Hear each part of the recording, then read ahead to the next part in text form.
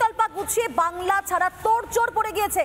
এই স্বরূপনগর সীমান্তে 400 বাংলাদেশিদের ভিড়, এবং সেই ছবিটা আপনারা দেখলে বুঝতে পারবেন যে কিভাবে তারা এখান থেকে পালানোর চেষ্টা করছেন।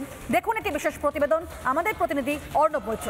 দেখুন, শুরু হয়েছে এসআইআর, আর এসআইআর শুরু হতেই এবার অনুপ্রবেশকারীরা এ রাজ্য ছেড়ে চলে যাচ্ছে বাংলাদেশে।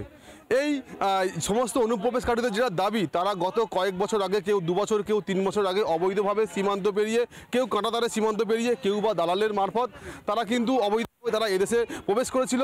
এই রাজ্যে কলকাতা, সল্টলেক সহ বিভিন্ন জায়গায় তারা অবৈধভাবে তারা বসবাস করতো। যে এসআইআর শুরু হয়েছে তখনই তারা কিন্তু এই দেশ থেকে চলে যাচ্ছে আবার বাংলাদেশে। সেই প্রক্রিয়া কিন্তু শুরু হয়েছে। ইতিমধ্যে কিন্তু বিএসএফের যে সীমান্তরক্ষী বাহিনীর জওয়ানরা তারা কিন্তু ইতিমধ্যে কিন্তু পুশব্যাক শুরু করেছে। বাংলাদেশের যে সমস্ত সীমান্তরক্ষী বাহিনী রয়েছে তাদের সঙ্গে কথা বলে প্রাথমিকভাবে যেটা জানা গিয়েছে, 150 জন বাংলাদেশিকে আজকে পুশব্যাক করা হচ্ছে। সেই যে লাইন, যে লম্বা যে লাইন, এই যে বাংলাদেশিদের যে লম্বা যে লাইন, সেই লাইন তারা কিন্তু যাচ্ছে। প্রত্যেকের কাঁধে কিন্তু বড় বড় ব্যাগ। তারা যেটা জানাচ্ছে, তারা গত কয়েক বছর আগে তারা কিন্তু অবৈধভাবে তারা সীমান্ত পেরিয়ে তারা এ রাজ্যে প্রবেশ করেছিল। তারা বেশ কয়েক বছর ধরে তারা বিভিন্ন রকমের কাজকর্ম করতো, তারপর তারা কিন্তু আবার বাড়ি ফিরে যাচ্ছে।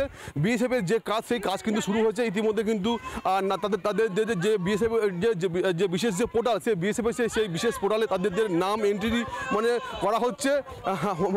দাদা কেন দাদা কেউ কথা বলবে না, বুঝলি তো?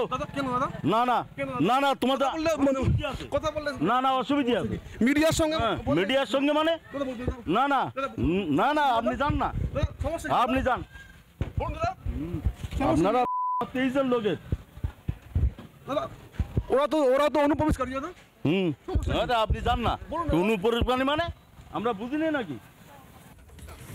দেখছেন তো এসআইআর শুরু হতে কিভাবে ভারত ছাড়া হেরেক পড়ে গিয়েছে অনুপ্রবেশকারীদের। কারণ কাগজ সেবা দেখাতেই হবে, এবং তার জন্য একেবারে আর কোন রকম বাঁচার উপায় নেই। হাকিমপাড়া চেকপোস্টের ছবি দেখাচ্ছি আপনাদেরকে, যেখানে শয়ে শয়ে অনুপ্রবেশকারীদের ভিড়, আর এরাই এখন এসআইআর আতঙ্কে তারা সেখান থেকে জায়গা ছাড়ছেন, বাংলাদেশে পালানোর চেষ্টা করছেন এক প্রকার বলা যায়। শুভেন্দু অধিকারী আগে কিন্তু বলেছিলেন এই সমস্ত অনুপ্রবেশকারীদের বার্তা দিয়ে যে একবারে সময় থাকতে এখান থেকে পালান, না চরম বিপদ আপনাদের জন্য অপেক্ষা করছে। আর সেখানে এসআইআর আবহে ফাঁকা হচ্ছে একের পর এক বস্তি। বাংলাদেশি অনুপ্রবেশকারীরা বস্তি ছেড়ে পালাচ্ছেন। সমস্ত এক্সক্লুসিভ ছবি দেখিয়েছিল রিপাবলিক বাংলা আপনাদেরকে, 8 ঘোড়া বস্তির ছবিও দেখিয়েছিল আপনাদেরকে, যেখানে বাংলাদেশিরা দীর্ঘদিন ধরে বসবাস করছিল। আর ঠিক সেখান থেকে কিন্তু আজকেও দেখা যাচ্ছে যে এই সমস্ত বস্তি ফাঁকা হয়ে যাচ্ছে, সেখান থেকে এক প্রকার পালিয়ে যাচ্ছেন বাংলাদেশিরা।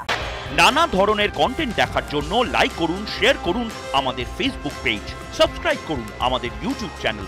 পাশাপাশি অন্যান্য ব্রেকিং নিউজের জন্য অবশ্যই চোখ রাখুন রিপাবলিক বাংলায়।